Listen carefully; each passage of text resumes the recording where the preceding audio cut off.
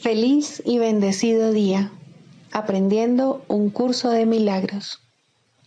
El secreto de la verdadera oración es olvidarte de las cosas que crees necesitar. Pedir algo específico es igual que ver el pecado primero y luego perdonarlo. Del mismo modo, al orar pasas por alto tus necesidades específicas, tal como las ves, y las dejas en manos de Dios. Ahí se convierten en los regalos que le haces, pues le dicen que no antepondrás otros dioses a Él, ni que quieres otro amor que el suyo. Este libro es un comienzo, no un final.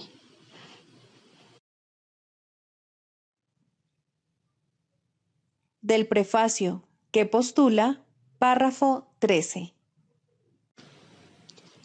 El perdón es el medio que nos permitirá recordar.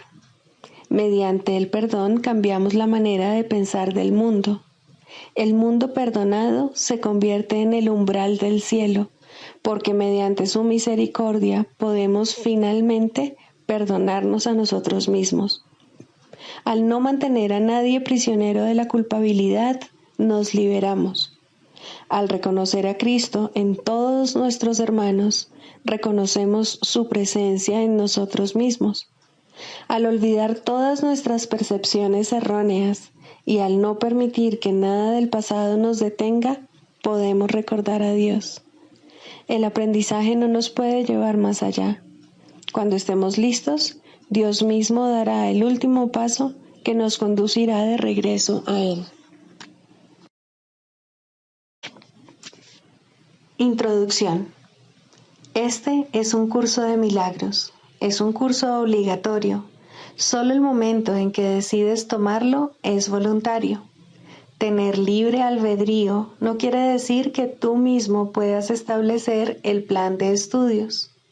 Significa únicamente que puedes elegir lo que quieres aprender en cualquier momento dado. Este curso no pretende enseñar el significado del amor, pues eso está más allá de lo que se puede enseñar.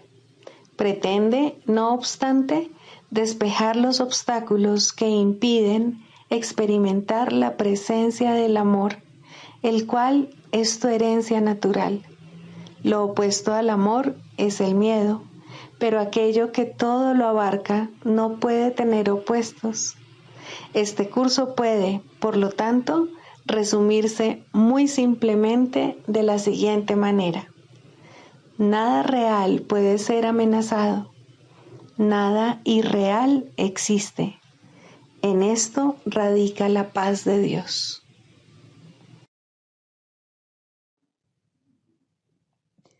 Capítulo 1. El significado de los milagros. Primero, principios de los milagros. Principio 6. Los milagros son naturales. Cuando no ocurren, es que algo anda mal.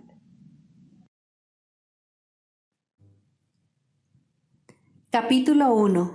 El significado de los milagros. 5. Plenitud y espíritu. El milagro es en gran medida como el cuerpo, en el sentido de que ambos son recursos de aprendizaje para facilitar un estado en el que finalmente se hacen innecesarios. Cuando se alcanza el estado original de comunicación directa con el espíritu, ni el cuerpo ni el milagro tienen objeto alguno. Pero mientras creas que estás en un cuerpo, puedes elegir entre canales de expresión sin amor o canales de expresión milagrosos. Puedes fabricar un armazón vacío, pero es imposible que no puedas expresar nada en absoluto. Puedes esperar, demorarte, paralizarte o reducir tu creatividad a casi nada, pero no puedes abolirla. Puedes destruir tu medio de comunicación, pero no tu potencial. Tú no te creaste a ti mismo.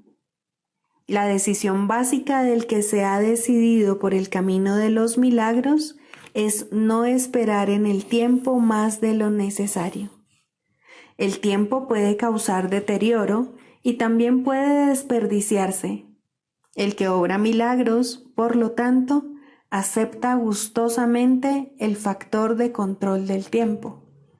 Reconoce que cada colapso de tiempo nos acerca más a todos al punto en el que finalmente nos podemos liberar de él y en el que el Hijo y el Padre son uno.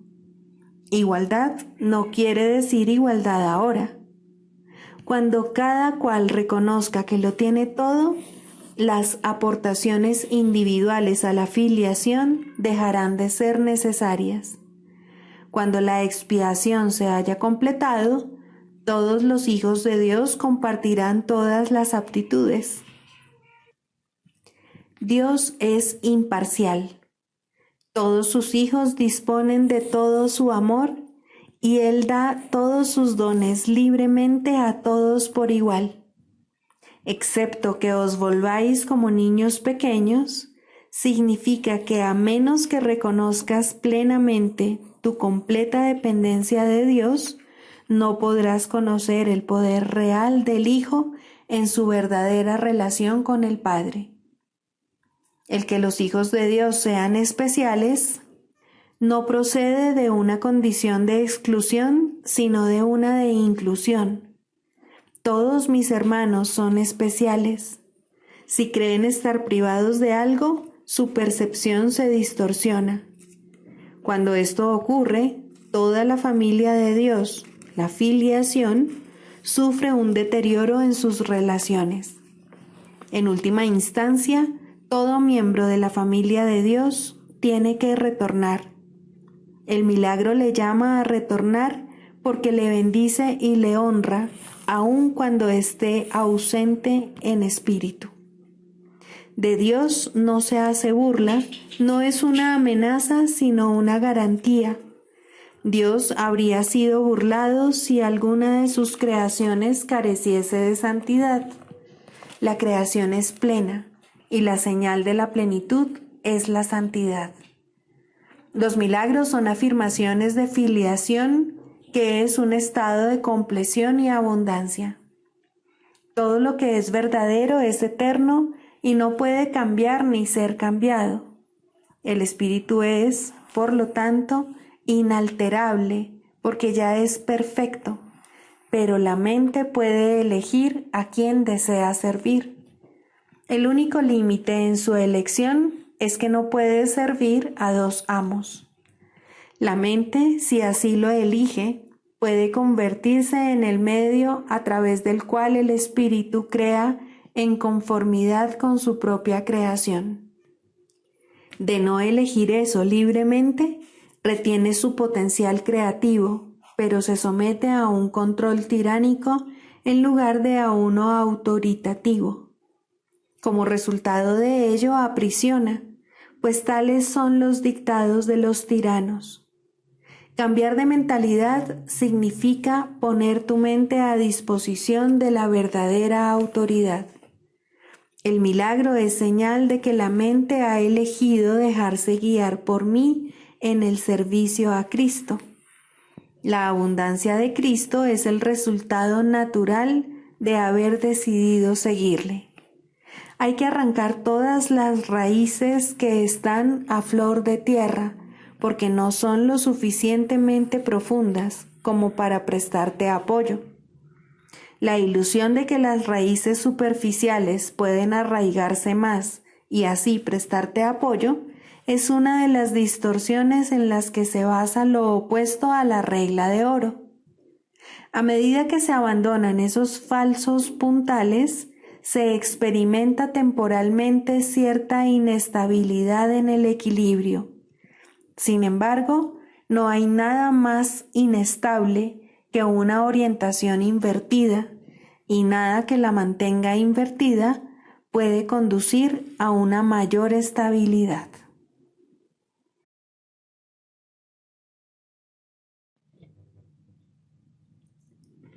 Libro de ejercicios. Pregunta 12. ¿Qué es el ego?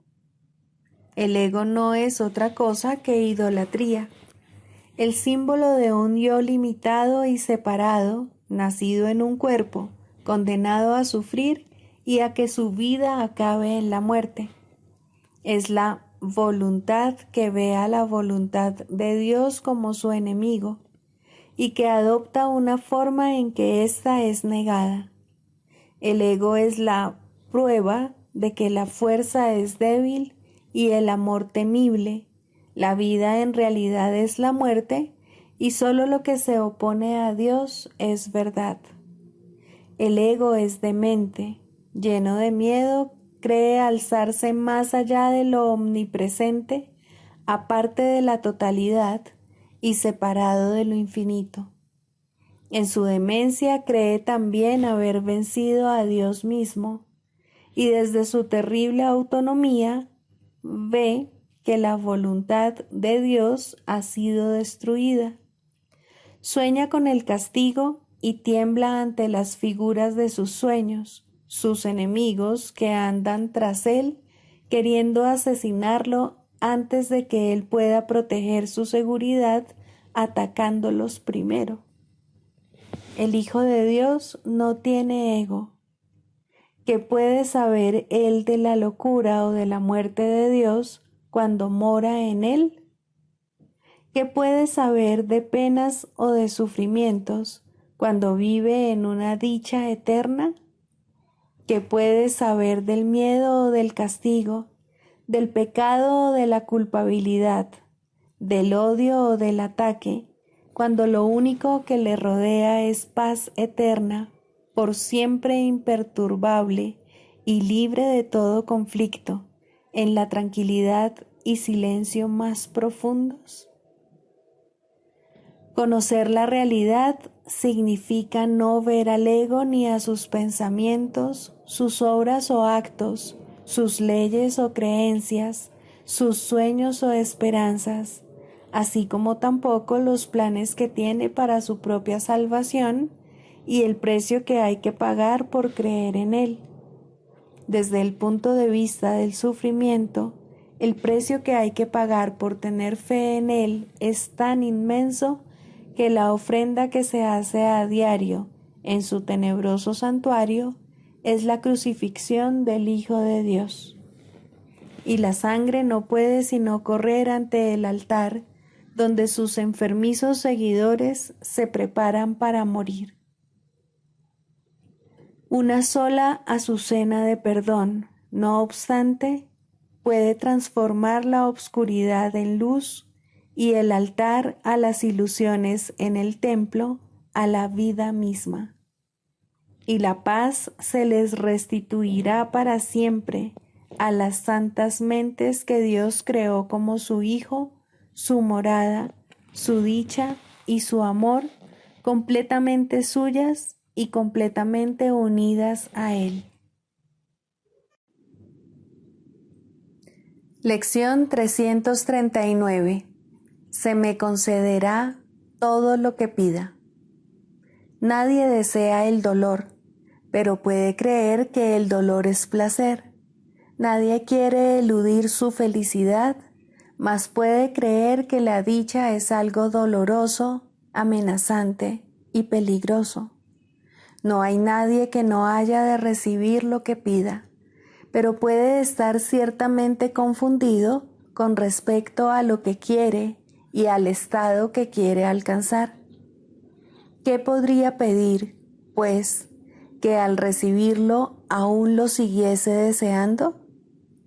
Ha pedido lo que le asustará y le hará sufrir.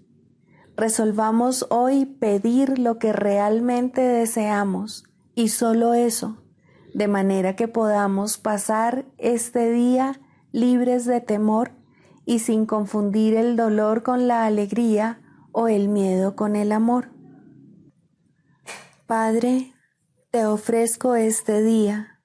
Es un día en el que no haré nada por mi cuenta, sino que tan solo oiré tu voz en todo lo que haga. Y así te pediré únicamente lo que tú me ofreces y aceptaré únicamente los pensamientos que tú compartes conmigo.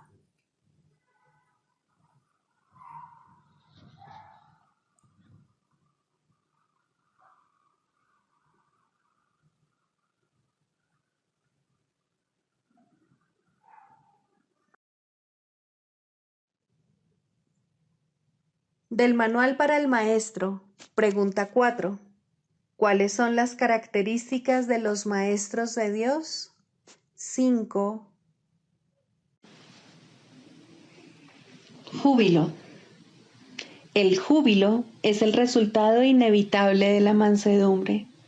La mansedumbre significa que el miedo es ahora imposible. ¿Qué podría entonces obstaculizar el júbilo?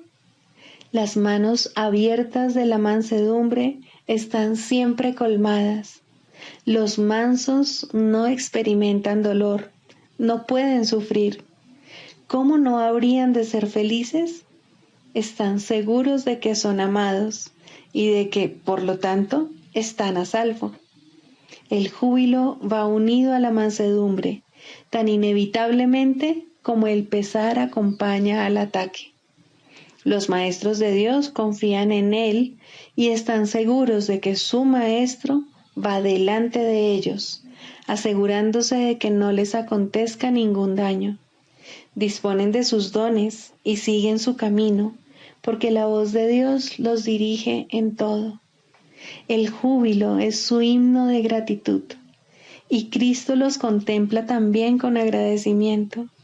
La necesidad que Él tiene de ellos es tan grande como la que ellos tienen de Él. Qué gozo tan inmenso compartir el propósito de la salvación.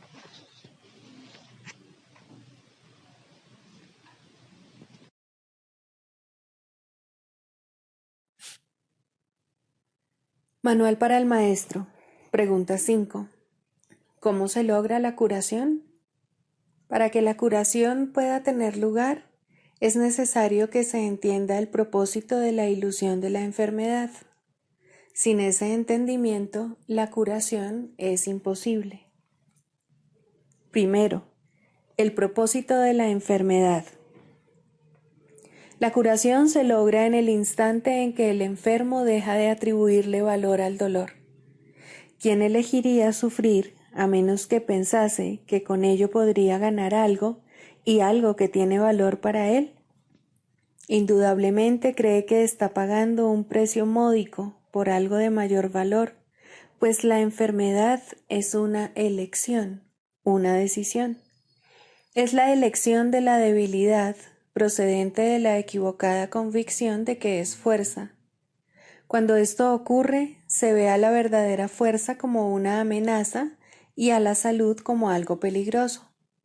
La enfermedad es un método concebido en la locura para sentar al Hijo de Dios en el trono de su Padre.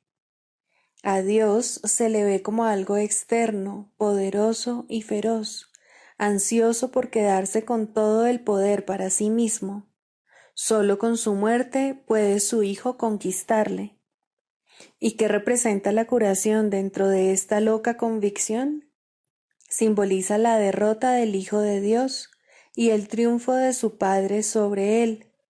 Representa el desafío supremo, en forma directa, que el Hijo se ve forzado a aceptar. Representa todo lo que él se ocultaría a sí mismo para proteger su vida.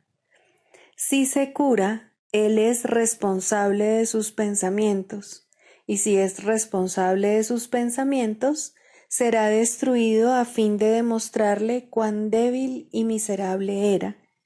Mas, si él mismo elige la muerte, su debilidad se convierte en su fuerza. Ahora se ha impuesto a sí mismo lo que Dios le habría impuesto, y de esta forma ha usurpado completamente el trono de su Creador. Segundo, un cambio de percepción. La curación es directamente proporcional al grado de reconocimiento alcanzado con respecto a la falta de valor de la enfermedad. Solo con decir, con esto no gano nada, uno se curaría. Pero antes de uno poder decir esto, es preciso reconocer ciertos hechos. En primer lugar, resulta obvio que las decisiones son algo propio de la mente, no del cuerpo. Si la enfermedad no es más que un enfoque defectuoso de solventar problemas, tiene que ser entonces una decisión. Y si es una decisión, es la mente y no el cuerpo la que la toma. La resistencia a reconocer este hecho es enorme, ya que la existencia del mundo tal como lo percibes depende de que sea el cuerpo el que toma las decisiones. Términos tales como instintos, reflejos y otros similares representan intentos de dotar al cuerpo con motivadores no mentales. En realidad, tales términos no hacen más que enunciar o describir el problema, pero no lo resuelven. La base fundamental de la curación es la aceptación del hecho de que la enfermedad es una decisión que la mente ha tomado a fin de lograr un propósito para el cual se vale del cuerpo. Y esto es cierto con respecto a cualquier clase de curación. El paciente que acepta esto se recupera. Si se decide en contra de la recuperación, no sanará. ¿Quién es el médico entonces? La mente del propio paciente. El resultado acabará siendo el que él decida. Agentes especiales parecen atenderle, sin embargo, no hacen otra cosa que dar forma a su elección. Los escoge con vistas a darle forma tangible a sus deseos, y eso es lo único que hacen. En realidad, no son necesarios en absoluto. El paciente podría sencillamente levantarse sin su ayuda y decir, no tengo ninguna necesidad de esto. No hay ninguna forma de enfermedad que no se curase de inmediato. ¿Qué es lo único que se necesita para que este cambio de percepción tenga lugar? Simplemente esto, el reconocimiento de que la enfermedad es algo propio de la mente y de que no tiene nada que ver con el cuerpo. ¿Qué te cuesta este reconocimiento? Te cuesta el mundo que ves, pues ya nunca más te parecerá que es el mundo el que gobierna a la mente. Con este reconocimiento se le atribuye la responsabilidad a quien verdaderamente la tiene, no al mundo, sino a aquel que contempla el mundo y lo ve como no es, pues ve únicamente lo que elige ver, ni más ni menos. El mundo no le hace nada, pero él pensaba que le hacía algo. Él tampoco le hace nada al mundo, ya que estaba equivocado con respecto a lo que el mundo era. En esto radica tu liberación de la culpabilidad y de la enfermedad, pues ambas son una misma cosa. Sin embargo, para aceptar esta liberación, la insignificancia del cuerpo tiene que ser una idea aceptable. Con esta idea, el dolor desaparece para siempre, pero con esta idea desaparece también cualquier confusión acerca de la creación. ¿Cómo podría ser de otra manera? Basta con poner causa y efecto en su verdadera secuencia con respecto a algo para que el aprendizaje se generalice y transforme al mundo. El valor de la transferencia de una idea verdadera no tiene límites ni final. El resultado final de esta lección es el recuerdo de Dios. ¿Qué significado tienen ahora la culpabilidad, la enfermedad, el dolor, los desastres y todos los sufrimientos? Al no tener ningún propósito, no puede sino desaparecer, y con ellos desaparecen también todos los efectos que parecían tener. Causa y efecto no son sino una réplica de la creación, vistos en su verdadera perspectiva, sin distorsiones y sin miedo, restablecen el cielo. Tercero, la función del Maestro de Dios. Si el paciente tiene que cambiar de mentalidad para poderse curar, ¿Qué puede hacer el Maestro de Dios? ¿Puede cambiar la mentalidad del paciente por él? Desde luego que no. Para aquellos que ya están dispuestos a cambiar de mentalidad, la función del Maestro de Dios no es otra que la de regocijarse con ellos, pues se han convertido en maestros de Dios junto con Él. Con aquellos que no entienden lo que es la curación, no obstante, tienen una función más específica. Estos pacientes se dan cuenta de que ellos mismos han elegido la enfermedad. Por el contrario, creen que la enfermedad los ha elegido a ellos.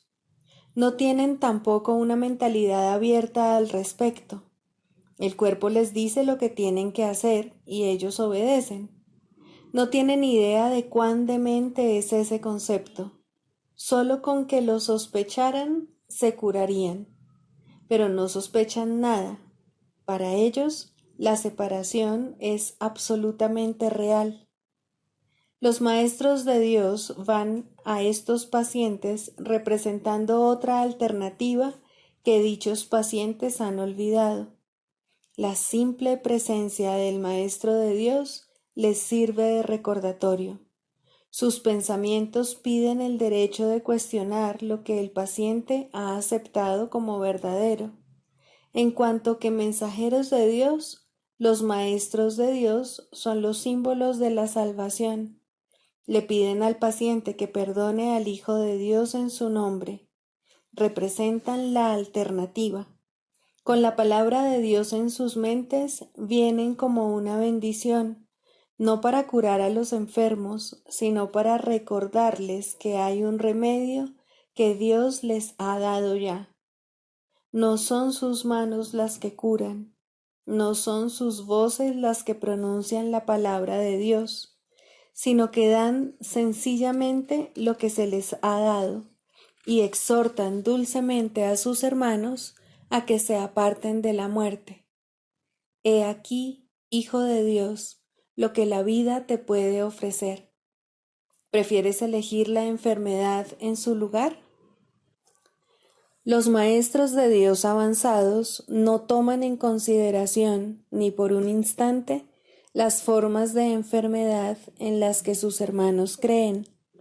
Hacerlo sería olvidar que todas ellas tienen el mismo propósito y que, por lo tanto, no son en modo alguno diferentes. Los maestros de Dios tratan de oír la voz de Dios en ese hermano que se engaña a sí mismo hasta el punto de creer que el Hijo de Dios puede sufrir, y le recuerdan que Él no se hizo a sí mismo y que aún es tal como Dios lo creó. Los maestros de Dios reconocen que las ilusiones no pueden tener efectos. La verdad que se encuentra en sus mentes se extiende hasta la verdad que se encuentra en las mentes de sus hermanos y de este modo no refuerzan sus ilusiones. Así, éstas se lleven ante la verdad no se lleva ante ellas. Y de esta manera se disipan, no por medio de la voluntad de otro, sino por medio de la única voluntad que existe en unión consigo misma. Esta es la función de los maestros de Dios, no ver voluntad alguna separada de la suya, ni la suya separada de la de Dios.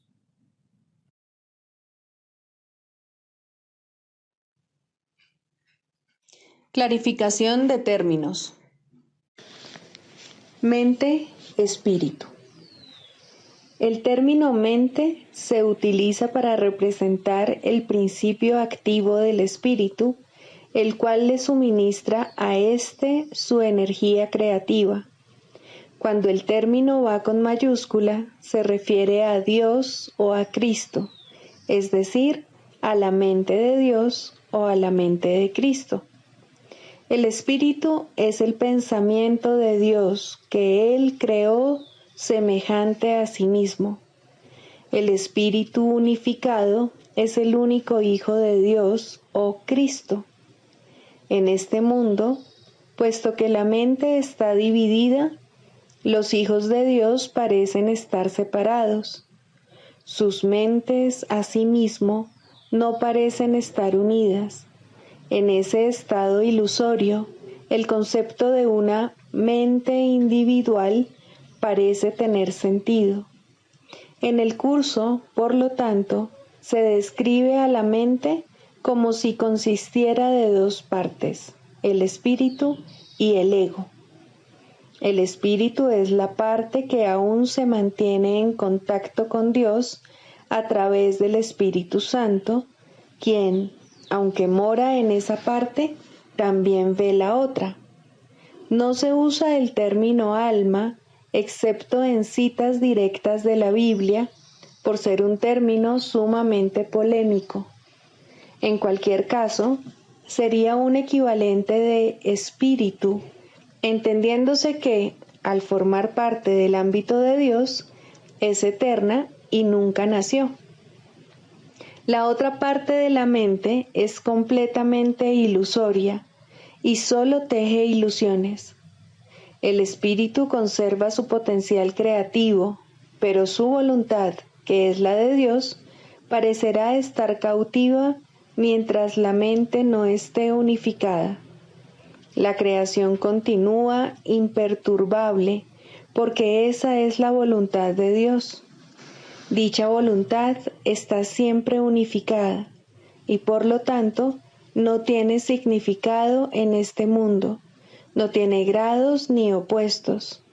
La mente puede gozar de rectitud o estar errada dependiendo de la voz que escuche. La mentalidad recta escucha al Espíritu Santo, perdona al mundo y en su lugar ve el mundo real a través de la visión de Cristo. Esta es la visión final, la última percepción, la condición en la que Dios mismo da el paso final. Ahí, al tiempo y a lo ilusorio les llega su fin. La mentalidad errada escucha al ego y teje ilusiones, percibe el pecado, justifica la ira y considera que la culpabilidad, la enfermedad y la muerte son reales. Tanto este mundo como el mundo real son ilusorios, pues la mentalidad recta simplemente pasa por alto o perdona lo que nunca ocurrió. Por lo tanto, la mentalidad recta no es la mentalidad uno de la mente de Cristo, cuya voluntad es una con la de Dios.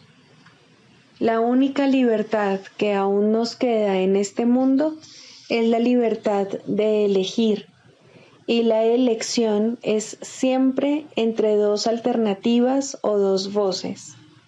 La voluntad no está involucrada en la percepción a ningún nivel y no tiene nada que ver con el proceso de elegir. La conciencia es el mecanismo receptor, el cual recibe mensajes tanto del plano superior como del inferior, del Espíritu Santo o del ego. La conciencia tiene niveles y puede cambiar drásticamente de uno a otro, pero no puede trascender el dominio de lo perceptual. En su nivel más elevado, se vuelve consciente del mundo real y puede ser entrenada para hacer eso cada vez con mayor frecuencia. Sin embargo, el hecho mismo de que tenga niveles y de que pueda ser entrenada demuestra que no puede alcanzar el conocimiento. La práctica de la psicoterapia. Tercero, la cuestión del pago. Nadie puede pagar por la terapia, pues la curación es de Dios y Él no pide nada. Sin embargo, es parte de su plan que el Espíritu Santo se valga de todo en este mundo para ayudar a que el plan se lleve a cabo. Incluso un terapeuta avanzado tiene algunas necesidades terrenales mientras esté aquí. Si necesita dinero, se le dará, no como pago, sino para ayudarlo a desempeñar mejor su función dentro del plan. El dinero no es malo, el dinero no es nada, pero nadie aquí puede vivir sin ilusiones, pues aún debe esforzarse por lograr que la última ilusión sea aceptada por todo el mundo en todas partes. Tiene una magna función en este único propósito, para lo cual vino. Permanece aquí solo para eso, y mientras esté aquí, se le dará todo lo que pueda necesitar. Solo un sanador no sanado intentaría curar por dinero, y en la medida en que lo valore, no tendrá éxito ni encontrará su propia curación en el proceso. Habrá algunas personas a quienes el Espíritu Santo les pida algún tipo de pago para sus propósitos, y habrá otras a quienes no se les pida nada. Sin embargo, no debe ser el terapeuta el que tome estas decisiones. Hay una diferencia entre pago y costo. Dar dinero allí donde el plan de Dios quiere que se dé no supone un costo, pero no darlo donde propiamente se debe dar supone un costo enorme. El terapeuta que determina esto pierde el nombre de sanador, pues nunca podrá entender lo que es la curación. No puede darla y por ende no puede gozar de ella.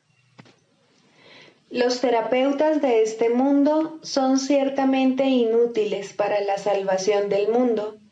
Hacen exigencias y, por lo tanto, son incapaces de dar. Los pacientes tan solo pueden pagar por el intercambio de ilusiones, y por esto, ciertamente, se exige un pago y el costo es enorme. Una relación comprada no puede ofrecer el único don por el que se logra toda curación. El perdón, el único sueño del Espíritu Santo, no debe tener costo alguno, pues si lo tuviera, simplemente crucificaría al Hijo de Dios otra vez. ¿Puede ser así como se le perdona? ¿Puede ser esta la manera de poner fin al sueño del pecado? El derecho a vivir es algo por lo que nadie necesita luchar. Se le ha prometido y está garantizado por Dios. Por consiguiente, es un derecho que tanto terapeuta como paciente comparten por igual.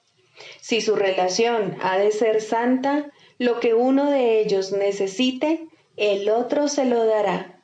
Lo que a uno le haga falta, el otro lo proveerá. Es aquí donde la relación se vuelve santa, pues aquí es donde ambos son sanados. El terapeuta compensa al paciente con su gratitud, lo mismo que el paciente lo compensa a él con la suya. No hay costo para ninguno de los dos, pero a ambos se les debe gratitud por su liberación del largo aprisionamiento y de la duda. ¿Quién no estaría agradecido por semejante regalo?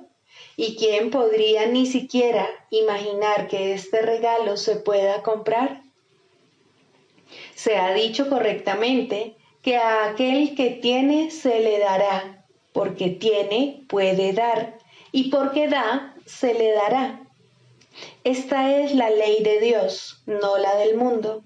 De la misma manera ocurre con los sanadores de Dios.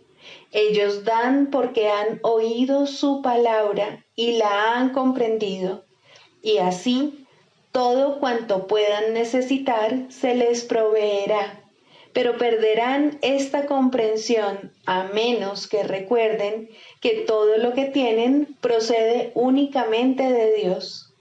Si creen que necesitan algo de un hermano, ya no podrán reconocerlo como hermano. Y si hacen esto, desaparece una luz incluso en el cielo. Allí donde el Hijo de Dios se vuelve contra sí mismo, solo puede contemplar la oscuridad. Él mismo ha negado la luz y ahora no puede ver. Hay una regla que siempre debe observarse. No se debe rechazar a nadie porque no pueda pagar. Nadie es enviado a otro por casualidad. Las relaciones siempre tienen un propósito. Es irrelevante cuál pudo haber sido el propósito antes de que el Espíritu Santo entrase a formar parte de ellas. Siempre tienen el potencial de ser su templo, el lugar de reposo de Cristo y la morada de Dios mismo. Todo el que viene ha sido enviado. Tal vez vino para darle a su hermano el dinero que éste necesitaba. Ambos serán bendecidos en este intercambio.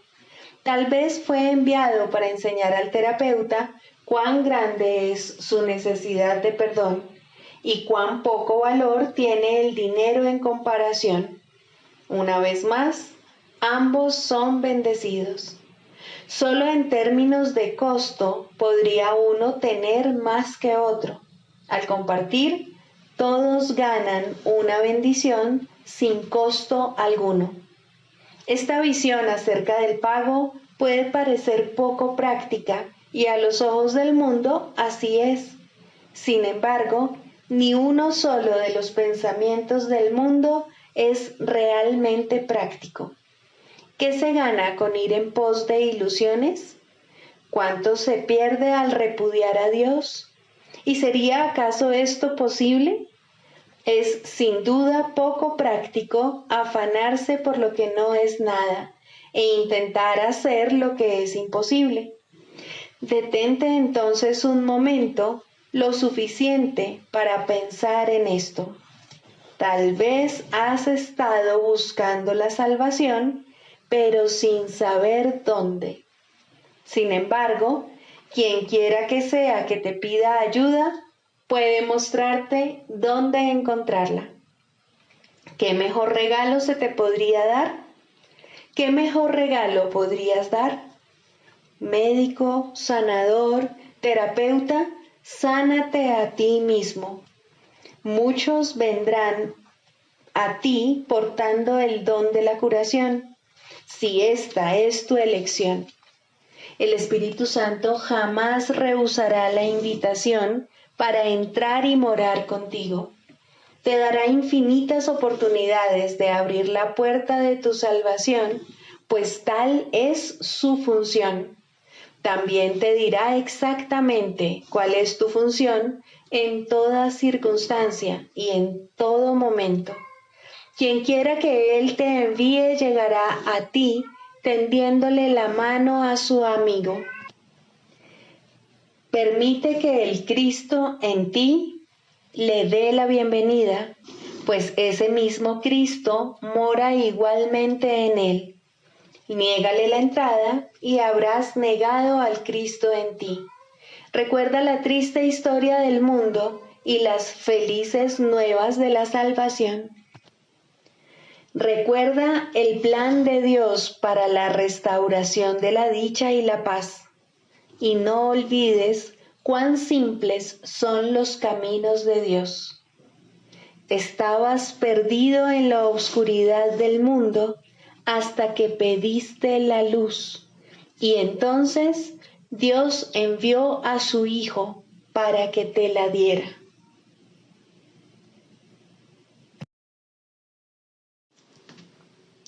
El canto de la oración. Cuarto, la santidad de la curación. Cuán santos son los que han sanado, pues al verlos, sus hermanos comparten su curación y su amor. Portadores de paz, la voz del Espíritu Santo, a través de quienes Él habla en favor de Dios, cuya voz Él es, tales son los sanadores de Dios. Ellos solo hablan en favor de Él y nunca en favor de sí mismos. No tienen más dones que los que han recibido de Dios y los comparten porque saben que esa es su voluntad. No son especiales, son santos. Han optado por la santidad y han renunciado a todo sueño de poseer atributos especiales mediante los cuales habrían otorgado regalos desiguales a los menos afortunados. Su curación ha restaurado su plenitud, de manera que puedan perdonar y unirse al canto de la oración, en el que los que se han sanado cantan su unión y agradecimiento a Dios. En cuanto que testigo del perdón, ayuda en la oración y efecto de la misericordia verdaderamente enseñada, la curación es una bendición. Y el mundo responde en animado coro a través de la voz de la oración. El perdón destella su misericordioso indulto sobre cada brizna de hierba y ala emplumada, así como sobre todas las cosas vivientes de la tierra. El miedo no puede encontrar refugio aquí, pues el amor ha llegado en toda su santa unidad. El tiempo continúa solo para permitir que el último abrazo de la oración descanse sobre la tierra un instante, conforme el mundo desaparece en la luz. Este instante es la meta de todos los verdaderos sanadores, a quienes el Cristo ha enseñado a ver su semejanza y a enseñar como Él. Imagínate lo que significa ayudar al Cristo a curar. ¿Puede haber algo más santo? Dios da gracias a sus sanadores, pues sabe que la causa de la curación es Él mismo, su amor, su Hijo, reinstaurado como su compleción y de regreso para compartir con Él la santa dicha de la creación. No pidas curación parcial, ni aceptes un ídolo en lugar del recuerdo de aquel cuyo amor nunca ha cambiado ni cambiará jamás. Eres tan querido para Él como lo es toda su creación, pues ésta se encuentra en ti como su regalo eterno. ¿Qué necesidad tienes tú de sueños cambiantes en un mundo triste? No te olvides de la gratitud de Dios. No te olvides de la santa gracia de la oración. No te olvides de perdonar al Hijo de Dios. Primero perdonas, luego oras y de este modo te curas. Tu oración se ha elevado y ha invocado a Dios, quien escucha y responde. Has comprendido que solo te perdonas a ti mismo y que igualmente solo oras por ti. Y mediante esta comprensión sanas. Te has unido a tu fuente en oración y comprendes que jamás te separaste de ella. Este nivel no se puede alcanzar hasta que ya no quede nada de odio en tu corazón, ni deseo alguno de atacar al Hijo de Dios. Nunca olvides esto. Eres tú quien es el Hijo de Dios, y tal como elijas ser con Él, así serás contigo mismo, y así será Dios para ti. Tus juicios no dejarán de llegar hasta Dios, porque le asignarás a Él el papel que veas en su creación. Elige bien, pues de otro modo creerás que eres tú el creador y no Él, y por ende que Él ya no es causa, sino tan solo un efecto. Ahora la curación es imposible, pues lo culpas a Él de tu engaño y de tu culpa. Él, que es amor, se convierte en la fuente del miedo, pues solo el miedo puede justificarse ahora. Suya es la venganza y la muerte su gran destructor. La enfermedad, el sufrimiento y las dolorosas pérdidas se vuelven la suerte de todo el mundo en la tierra que él abandonó al cuidado del demonio, jurando que no la volvería a liberar nunca más. Venid de nuevo a mí, criaturas mías, sin ninguno de esos tergiversados pensamientos en vuestros corazones. Seguís siendo santos junto con la santidad que os creó en perfecta impecabilidad y aún os rodea con los brazos de la paz. Soñad ahora con la curación.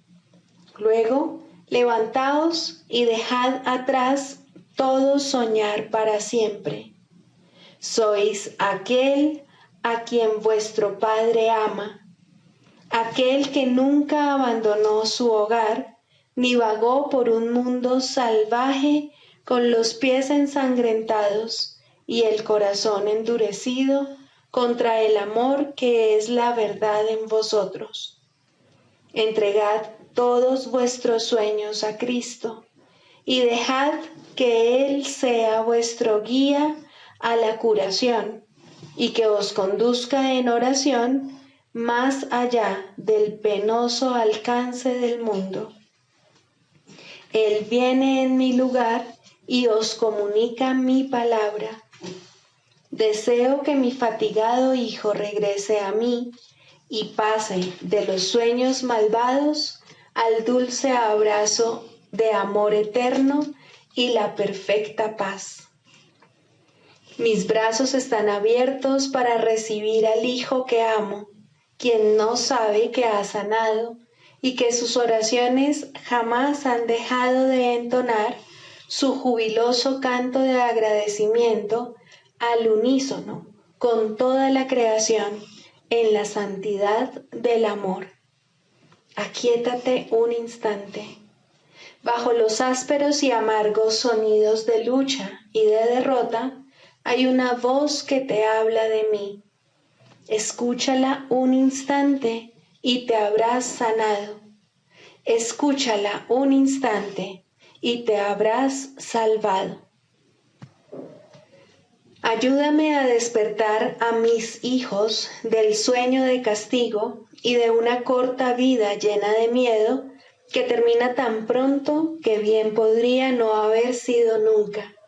En lugar de ello, deja que te recuerde la eternidad, en la cual tu dicha aumenta a medida que tu amor se extiende junto con el mío, más allá del infinito, donde el tiempo y distancia no significan nada. Mientras esperas apesadumbrado, la melodía del cielo está incompleta, porque tu canto es parte de la eterna armonía del amor. Sin ti, la creación no está completa. Regresa a mí, que nunca abandoné a mi hijo. Escucha, hijo mío, tu Padre te llama. No rehúses escuchar la llamada del amor. No le niegues a Cristo lo que es suyo. El cielo está aquí y el cielo es tu hogar. La creación se inclina a través de las barreras del tiempo para liberar al mundo de su pesada carga. Elevad vuestros corazones en grata bienvenida a su llegada. Ved las sombras desvanecerse calladamente y las espinas desprenderse de la ensangrentada frente de aquel que es el Santo Hijo de Dios. Qué hermoso eres, criatura de la santidad, cuán parecido a mí, cuán amorosamente te sostengo en mi corazón y en mis brazos. Cuán querido es para mí cada regalo que me has hecho, tú que sanaste a mi hijo y lo bajaste de la cruz. Levántate y deja que te dé las gracias, y con mi gratitud llegará primero el regalo de perdón y luego la paz eterna. Devuélveme ahora, pues, tu santa voz. El canto de la oración es silencioso sin ti. El universo aguarda tu liberación porque es la suya propia. Sé bondadoso con él y contigo mismo, y luego sé bondadoso conmigo. Solo te pido una cosa, que halles consuelo y no vivas más en el terror y el dolor. No abandones el amor y recuerda esto: sea lo que fuere que pienses de ti mismo, sea lo que fuere que pienses acerca del mundo, tu Padre te necesita y te seguirá llamando hasta que por fin regreses a Él en paz.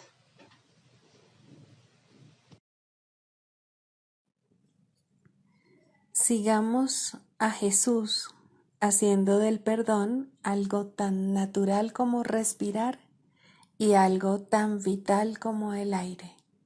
Amén.